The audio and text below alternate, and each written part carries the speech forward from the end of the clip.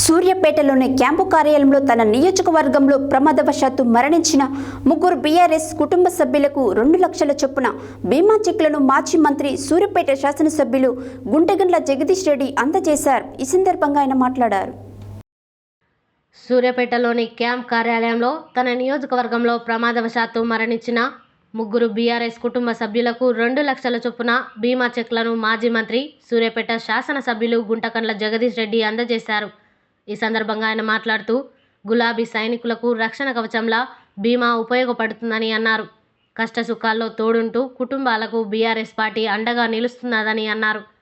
నిత్యం ప్రజల్లో ఉంటూ పార్టీ కోసం ప్రజల కోసం కష్టపడే కార్యకర్తలకు ఏదైనా అనుకోని ప్రమాదం జరిగితే ఆ కుటుంబం రోడ్డున పడకుండా అండగా నిలవాలని కేసీఆర్ 2 లక్షల ప్రమాద బీమా సౌకర్యం కల్పించారని తెలిపారు.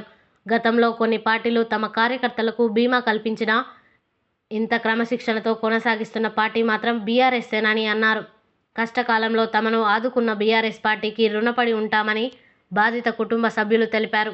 ఈ కార్యక్రమంలో municipal chairman Perumala Annapurna, vice chairman Putta Kishore, MPP Nemmodi Bhiksham, Lavakusha, Rafi, BRS పట్టణ మహిళా అధ్యక్షురాలు కరుణశ్రీ, యూత్ నాయకులు నెమ్మోది నగేష్, ముదిరెడ్డి అనిల్ రెడ్డి, ఎలుక హరీష్ రెడ్డి తదితరులు ఉన్నారు.